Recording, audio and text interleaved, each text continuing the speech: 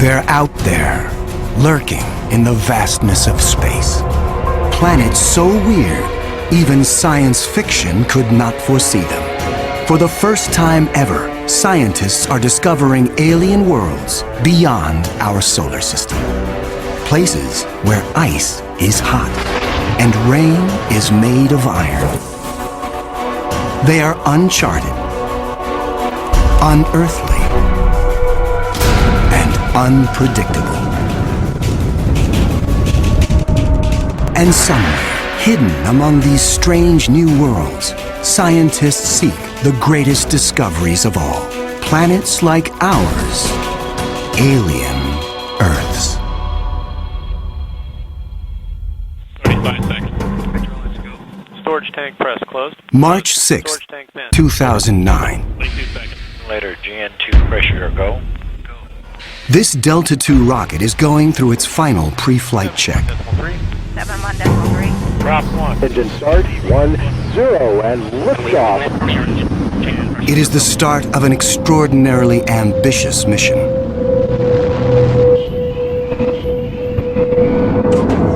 The Kepler Space Observatory is hunting for planets like Earth within a region of 100,000 stars.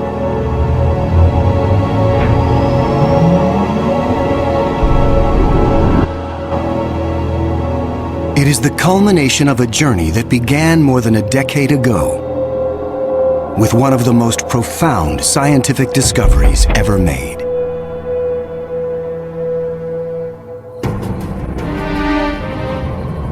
In 1995. Swiss astronomer Michel Mayor and his team make a routine observation of stars in the constellation Pegasus, located 50 light-years away. But the instruments show something strange. One star is violently lurching and wobbling.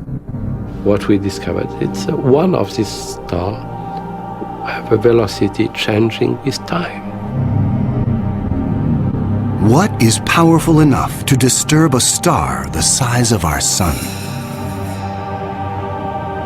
Mayor offers a radical answer: a planet. But no one has ever seen a planet around another sun-like star. Problem in detecting planets around other stars is that as a planet orbits a nearby star, that planet gets lost because of its feeble light in the glare of the very bright star. In spite of the odds, Mayor relies on his data and is convinced the wobbles are caused by the gravitational pull of an orbiting planet.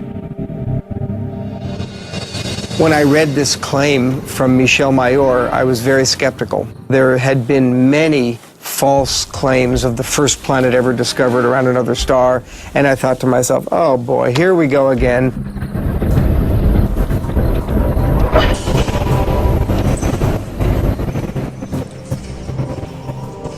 So I decided to observe the star on 4 consecutive nights. And stunningly, the star was shown to wobble exactly as Michel Mayor had said. Michel Mayor and his teammate Didier Queloz announce their discovery. It rocks the scientific community. They had found for the first time reproducible, confirmable evidence of the existence of a planet around a sun-like star.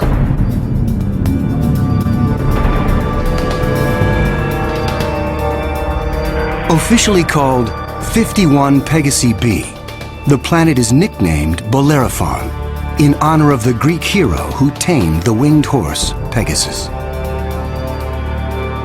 It is a planet that breaks all the rules. Bellerophon roasts in the blazing starlight at temperatures of roughly 1,800 degrees Fahrenheit.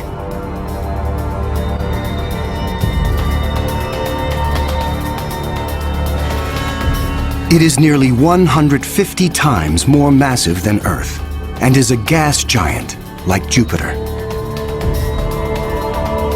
A gas giant is a planet made mostly of hydrogen and helium. Only the outer layers are gas, But inside, hydrogen and helium is compressed to huge, huge, huge pressures. It doesn't resemble a gas at all. Unlike anything found in our solar system, this is an entirely new class of planet, what scientists call a hot Jupiter. If you go to Hawaii and see the lava flow there, that's how hot a hot Jupiter is. It's very, very hot. The Earth is a comfortable 93 million miles away from the Sun. These hot Jupiters are roughly 100 times closer, and so the amount of sunlight that they get is 10,000 times larger. If this represents a star, and this a hot Jupiter is 3 to 4 stellar diameters away from the star. So that would be 1, 2, 3. This is how close a hot Jupiter would be to its star. Hot Jupiters are tidally locked. They present the same face to the star at all times, just like the moon does to Earth. It's going to be permanent daylight on one side and permanent nighttime on the back. If I were stuck on a hot Jupiter, I'd want to be on the back side and hope that some of the heat from the front side facing the star would make its way around the back.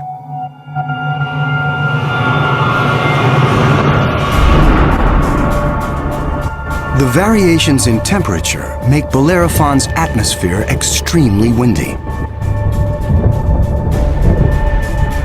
The wind howls at thousands of miles per hour, far beyond anything we could ever withstand. The heat blast guarantees water vapor cannot exist. But that doesn't mean there is no rain. It's far too hot for water liquid clouds to form here. But instead, these clouds would be made out of iron. Iron vapor can exist at temperatures much higher than water. And because of that, things could get a little messy.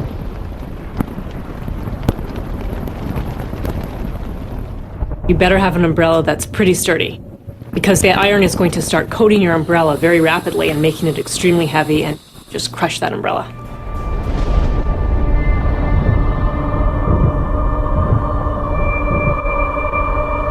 The sky overhead is filled with dancing curtains of color. Charged particles from the nearby star make auroras far more extreme than the northern lights on Earth. There is something even more unique about this newly discovered world.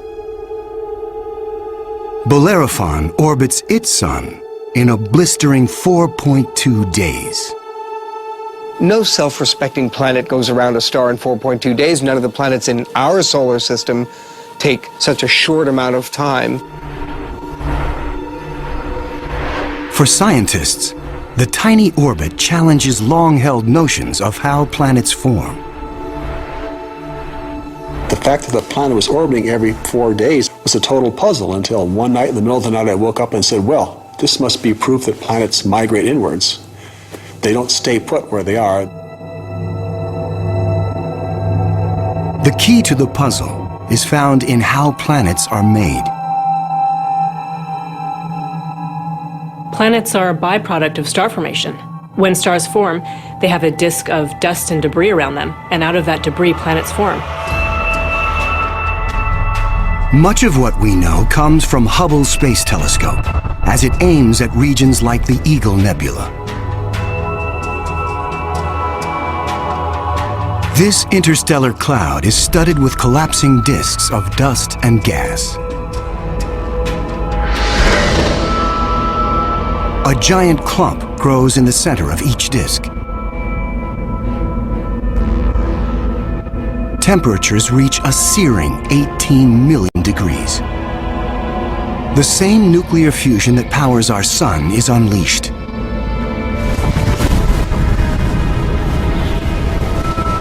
The star is born. Radiation from the star generates a stellar wind that sweeps away leftover dust and debris. Some of the dust survives and remains in orbit around the newborn star. Over millions of years, the dust sticks together, forming knots that grow into asteroids, and the asteroids grow into planets.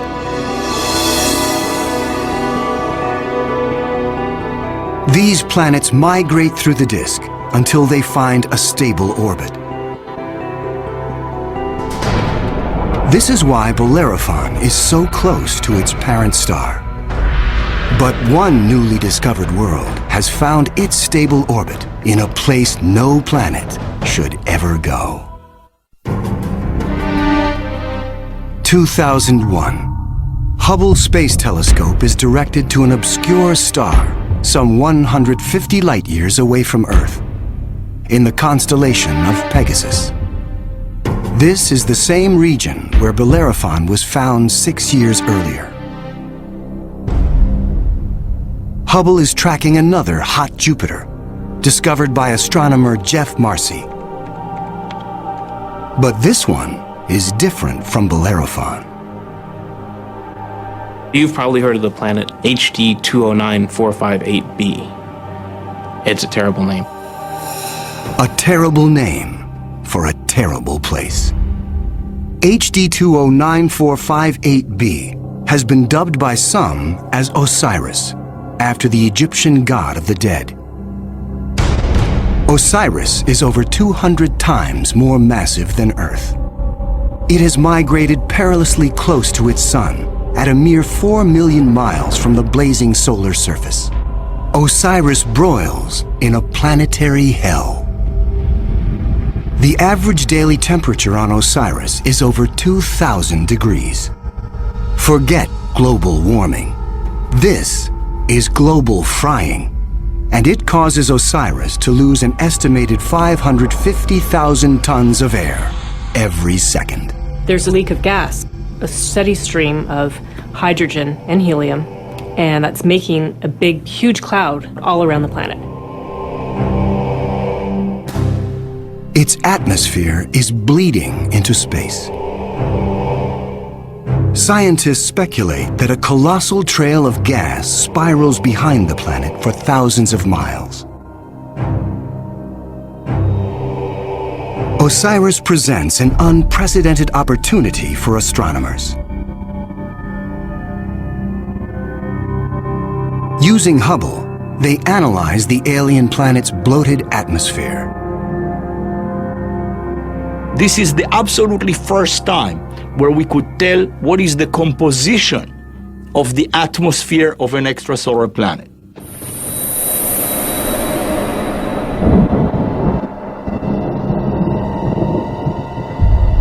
Surprisingly, Hubble detects many of the basic chemicals needed for life.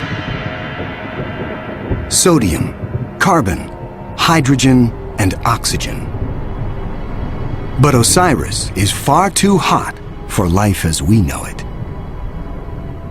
There may be other forms of life, however, that thrive on higher temperatures. But there's no solid surface as we know it on a hot Jupiter. So this life would have to be just tiny little microbes floating around on aerosols. And on our own Earth, we have life that floats around in our atmosphere. But that life didn't start there. So life almost certainly would not exist on hot Jupiters. Astronomers have discovered many hot Jupiters since Bellerophon was found in 1995. But conditions on these worlds rule them out as places where the drama of life can unfold.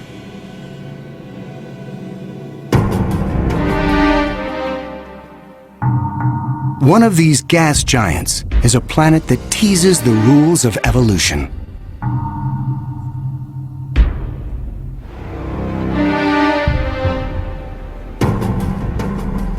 Astronomer Jeff Marcy discovers something shocking about a planet orbiting a star called 16 Cygnus b, located some 70 light-years away in the constellation of Cygnus, the Swan.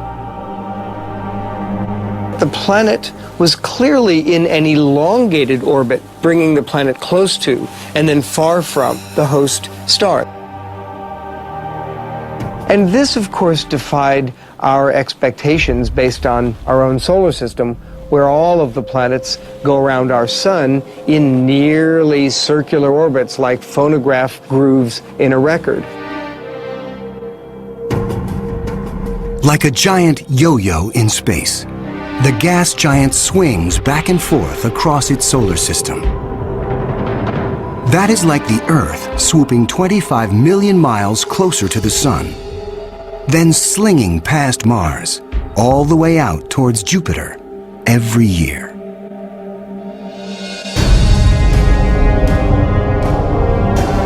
And like all of the gas giants in our solar system, this yo-yo planet might have an entourage of moons. Marcy speculates that one of these moons could be similar to Earth. And here's where the interesting story begins. Imagine a rocky moon with lakes, oceans, maybe streams and waterfalls on the surface. The moon orbiting its planet, the two of them orbiting the host star. Unlike the airless moon that circles the Earth, this moon is a world with extreme seasons. On Earth, the seasons are caused by the tilt of our planet.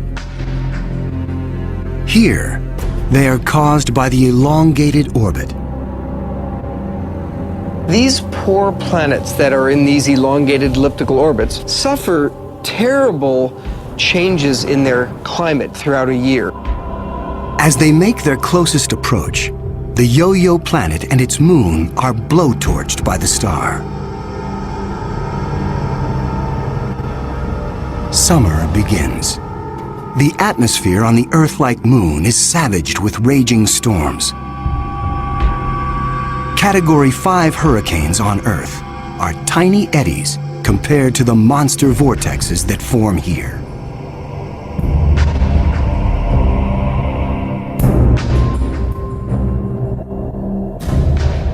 The clouds thicken as the water evaporates. Temperatures rise dramatically. Any water or gases would heat up, and indeed the oceans would boil into steam, so you'd end up with a big steam bath. During the peak of the summer, the entire moon is smothered in 800-degree temperatures.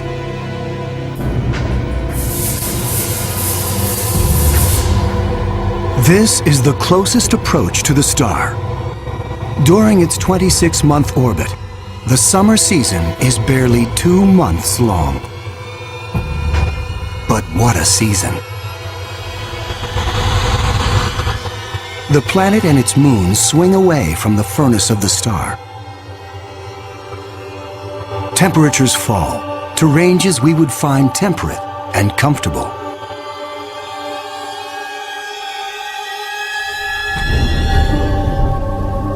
With the coming of fall, the rains return to the parched and roasted moon. Dry ocean basins are replenished, and the seas rise to form new shorelines. Tranquility prevails as the yo-yo planet and its moon slip into the deep freeze of winter. Now, over 200 million miles from the star, the daytime sky is dark. Temperatures hover around 260 degrees below. Winters are long, lasting 17 months.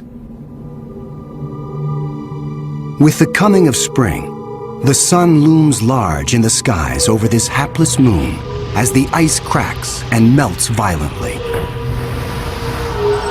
Huge icebergs calve into a stormy and fast-rising ocean.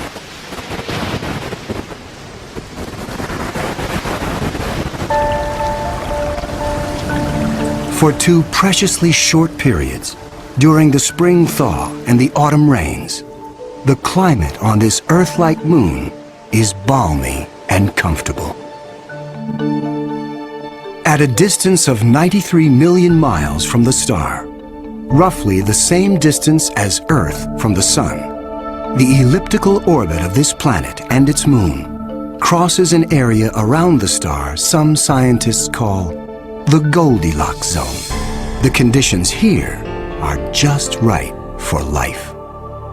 If you're too close to the star, then it's too hot. If you're too far away, then it's going to be too cold and everything's going to be icy. But then if you're right in the middle, it's just right. Every star has a Goldilocks zone. Where that zone is depends on the size and temperature of the star. In our solar system, Venus marks the inner boundary and Mars the outer boundary. Earth and its abundance of life is right in the middle. The Yo-Yo planet passes through the Goldilocks zone twice a year. For 3.5 months during the spring as it races inbound, and again in the fall for 3.5 months as it hurtles back into the colder reaches of space. Could life survive the conditions outside the Goldilocks zone? There could be life forms that are smart enough to hibernate, as do animals on the Earth during the winter season. If this sounds fantastic, I offer you the tidal zones on the Earth. On the tidal zones, life proliferates, of course, near the seashore, and they do so despite tides. The water coming in, covering many of the life forms, the water going out at low tide, and yet those species survive perfectly well. The strange cycle of the Yo-Yo planet's orbit creates fleeting conditions suitable for life, but also for death. Some alien planets are even more bizarre. Imagine a world that has no star to orbit. Scientists speculate that our galaxy is teeming with rogue planets, adrift in the murky lanes of interstellar space. These are orphaned worlds, planets that are booted from their solar systems by the chaos of planetary migration. Astronomers call such worlds planemos. Planemos are planets without a star. They're just drifting through the galaxy indefinitely. What massive force would it take to kick a planet out of the solar system?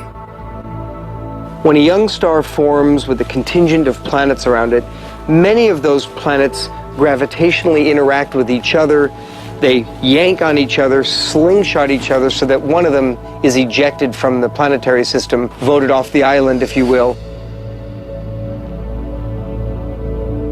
If you were, unfortunately, a resident on a planet that was kicked out by a collision or a near collision with another large object, you'd probably rapidly move out of the habitable zone. There are hundreds of billions of these lost, wayward, poor, wandering planets out in our Milky Way galaxy with no parent star to warm them up. Cold, dark, quiet. Because planemos have no sun, they are worlds without days or years. They keep vigil through an eternal night. Planemos are solitary wanderers, sentinels of the galaxy. Just because it's out there drifting in space doesn't mean a planemo is dead. If the planemo is a rocky world, it could well have life on it. A small rocky planemo without an atmosphere will slumber in extreme cold, far colder than the coldest winter day on our own South Pole. But a planemo large enough to retain an atmosphere traps the heat generated when the planet was first formed. It is the ultimate greenhouse effect. The heat and energy comes from the molten core deep inside the lonely planet.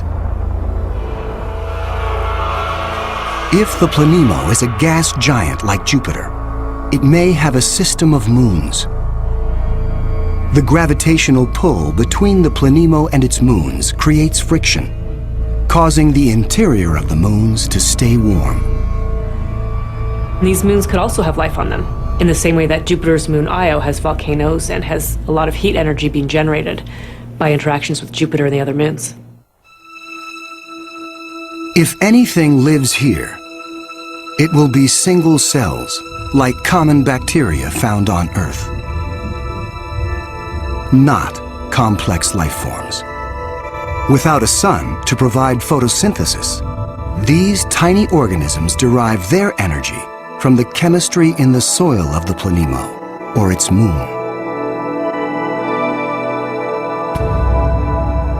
On Earth, there are similar conditions. Colonies of bacteria are found deep within mine shafts in South Africa.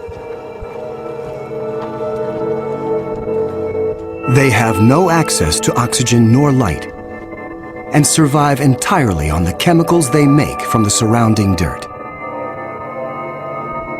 Their metabolisms are extremely slow, and they reproduce only once every 1,000 years. If life dwells on a sunless planemo, it could be organisms like them, marooned when their planet was young. While planemos slumber undisturbed, there are worse places to be in the universe. Like in the company of this lethal pulsar, some 980 light-years from Earth, in the constellation of Virgo. From afar, a pulsar looks like a blinking light. But up close, pulsars machine gun their surroundings with deadly radiation. They are no place for planets. Yet something interferes with the precision of this pulsar. One explanation is that the anomaly is caused by a planet. But many astronomers are skeptical that planets orbiting a pulsar can exist. The reason that's a problem is because pulsars are formed in these incredible explosions.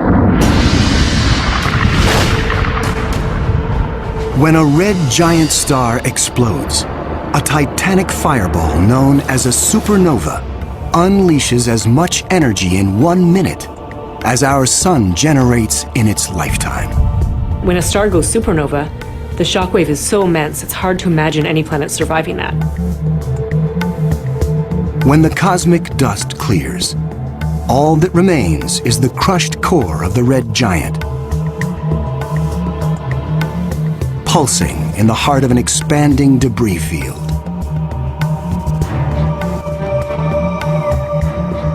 Matter blasted from the colossal explosion falls back to the pulsar and forms a disk.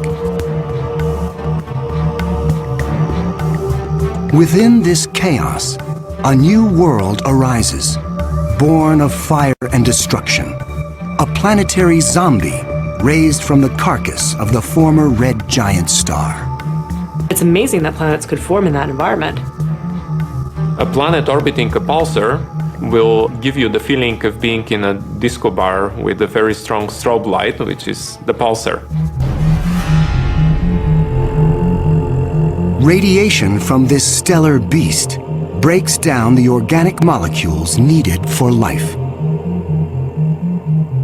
The pulsar has these very strong magnetic fields that are being spun around as the star is rotating quickly, and it's picking up any material, electrons, protons, and speeding them up and slinging them out at high speed. So it's like a solar wind with a vengeance. I can't imagine that there would be much of an opportunity for even simple life, microbial life, to emerge and to flourish on a planet around a pulsar. Largely because if you were in the pulse, you'd be severely energized, and if you were not in the pulse, you would be completely devoid of energy. The discovery of pulsar planets shows how new worlds can form in the wake of a star's destruction. No matter where a planet arises, the process of its birth is fraught with danger. Sometimes, the violence is so great, the end of the world comes before the beginning. 2007, Astronomers using the giant Gemini North telescope make a strange discovery in the Pleiades cluster some 400 light-years from Earth. A star known only by its catalog number, HD 23514, is surrounded by a giant donut-shaped cloud of dust and gas. The star in the middle of the donut shape is about 100 million years old. A cosmic toddler in astronomical terms. Our Sun is 45 times older. The conditions are perfect for planets to form. But spectral analysis finds something strange. The dust is utterly pulverized. Typically, a newborn star is surrounded by fledgling planets. Planets form around the young star in a protoplanetary disk of gas and dust. And then these planets go on their merry way orbiting the star, not realizing that they're in an orbit that's too close to another planet. Millions of years ago, two primordial planets orbiting HD 23514 are spinning toward doom. As the two worlds close in, tidal forces torque each planet from spheres to egg shapes.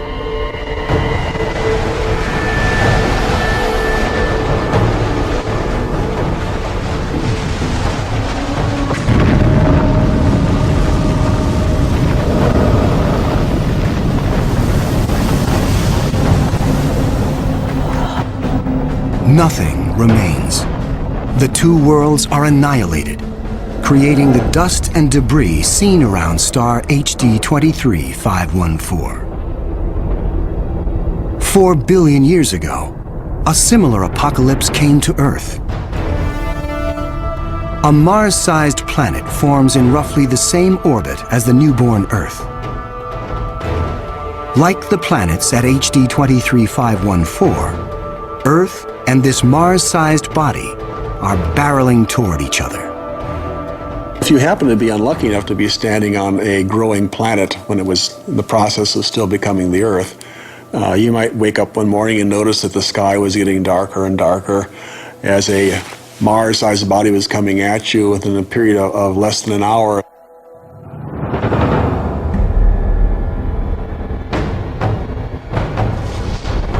And when it hits, the shock wave is felt all over the planet,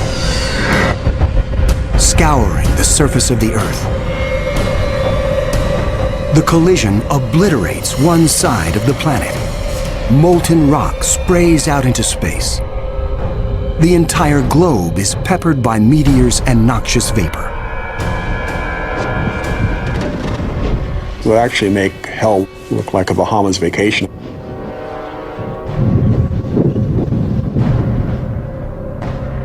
The debris field from the collision coalesces and forms our moon. It is a new beginning for our planet. Collisions are part of the birth process for planetary systems. Building up a terrestrial planet is probably all about colliding pieces of rock together. And all across the galaxy, colliding pieces of rock are forming terrestrial worlds that defy the imagination.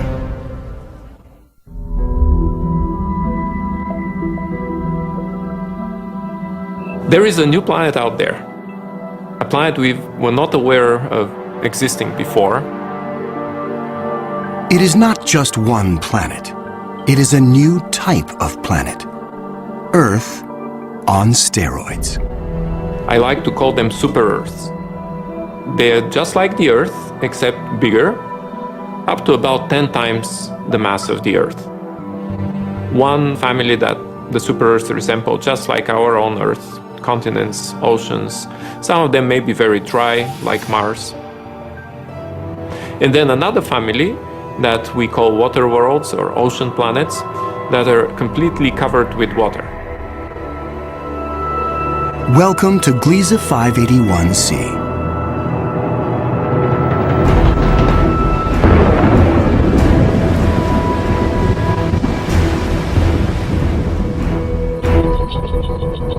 This planet was found by Michel Mayor, and it orbits with 2 other planets around a very small star. It's only 20 light years away in the constellation of Libra and is one of the smallest terrestrial planets found beyond our solar system. That doesn't mean Gliese 581c is small. It's still a super-Earth with 5 times the mass of our home planet. But it's the possibility of liquid water that excites scientists. An ocean planet feels like being in the middle of the Pacific Ocean, with no land inside, just water, puffy white clouds, and blue sky above you. The winds on the ocean world are going to be similar to that of the Earth, so it will be a very good place to sail. The weather's absolutely perfect. Every day you get a clear blue sky, and the sun just stays in the same place. Now, how's that for weather prediction? No land anywhere. Even miles beneath the surface. This water layer would extend very far down, at least a quarter of the way down in the planet. But as we dive deeper into the sea, the pressure builds. At 35,000 feet below the surface, we pass the point where the deepest oceans on Earth bottom out. We pass the 100,000-foot mark.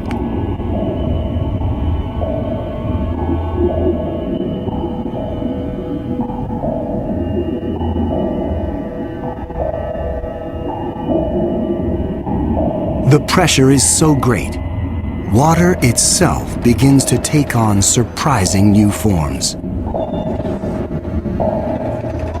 At a depth of 10 times the greatest ocean depth on Earth, we reach the bottom. When you have a large amount of water, then at the bottom of an ocean, you will form very high pressure in excess of 1 million atmospheres. And that pressure will compress the liquid water, that is the ocean, into a state which we call Ice 7.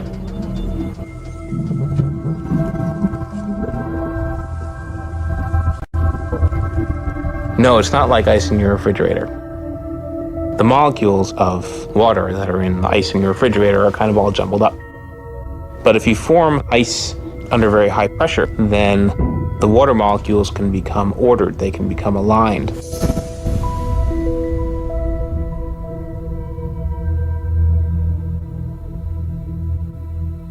I can show you a crystal that is a very good analog to Ice 7. This is halite, also known commonly as rock salt. Ice 7 may exist within our own solar system. Europa, a moon of Jupiter, could possibly have a mantle of liquid water surrounded by a thick, icy crust. The pressure from the crust is so great that Ice 7 might exist deep within these uncharted seas. If we scale up and thaw out Europa, it could be a water world similar to Gliese 581c. One could imagine that life could emerge on a water world. After all, water is essential to life on Earth. Everywhere on Earth where there is water, there is life. You cannot find a sterile drop of water on Earth unless you put it in the microwave yourself. On this water world, there could be bacteria or any kind of life in the ocean itself. But not all of the super-Earths are water worlds teeming with life. When we talk about super-Earths, we talked about 2 major families of mostly rocky with some water and mostly water with an endless ocean. But one has to add to those a 3rd family of probably very rare super-Earths and Earth-like planets, which are called carbon planets. A carbon planet is unlike anything we've ever seen anywhere. A place with an alien chemistry, but loaded with very earthly treasures. Throughout our galaxy, there are planets barren and poor and inhospitable. But science is on the trail of a new type of planet, an entire world of treasure. In our own solar system, in our sun and in all the stars nearby, there's always more oxygen than carbon. But if we think of a place in the universe where there's more carbon than oxygen, then planet formation is very different. Spectral analysis shows carbon to be far more plentiful, 26,000 light-years away near the center of our galaxy. Planets that form here may contain a rich abundance of carbon. The morning sky on a carbon world would be anything but crystal clear and blue. I'm picturing a yellow haze with black clouds of soot. And as you descended farther down in the atmosphere, I could imagine lakes that were made out of compounds like methane or gasoline. I'm picturing these bubbling, foul-smelling pits of black ooze, like an oil well. With little or no water in the atmosphere, the air is made of carbon compounds. Methane, butane, pentane, benzene, all these different kinds of carbon compounds that separate out when you refine gasoline. One day it might be raining benzene. The next day it might be raining butane. Alien as carbon planets might seem, the air quality could be familiar to some. The air in a very benzene-rich planet will resemble that of LA. A lot of smog particles that unfortunately we are quite used to from the exhaust of cars. Despite the pollution, carbon planets could come with a sparkling upside. You might see diamond because the planet may have substantial quantities of pure carbon that it's formed out of. And pure carbon, when you compress it, tends to form into diamond. The secrets of exotic planets like these are waiting to be discovered all across the galaxy. But astronomers won't be satisfied until they find the Holy Grail.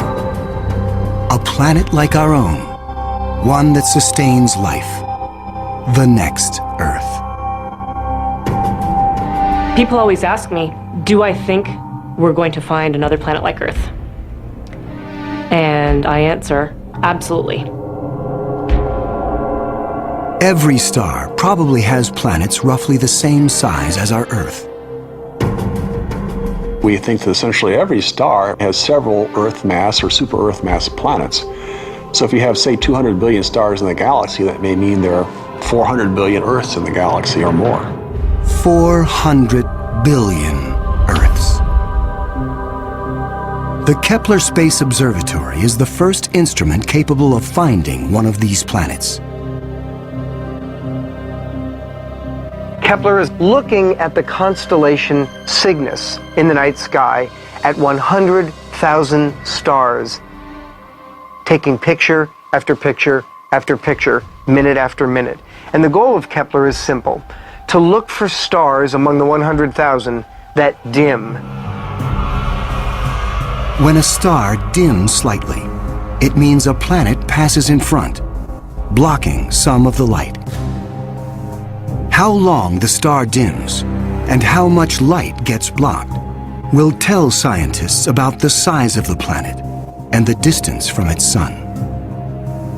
A good analogy for this is looking for the dip in the light that you would see from a searchlight if a small moth flew across the searchlight. And so it's a really tiny dip in the light as the planet transits. It is a very powerful technique because it allows you to discover planets that are even smaller than the size of the Earth around stars similar to the Sun. It is a technique that is changing the course of science. We think we may be able to find a planet that is habitable in the next few years. Scientists estimate the Kepler mission will find a minimum of 50 alien Earths. One of the big questions that anybody looking for life beyond the Earth is facing today is, what if we don't recognize life even though we discover it? Conditions on an alien Earth may cause life to evolve differently. My hope is that we'll see some sign that will make our hairs stand up on the back of our necks.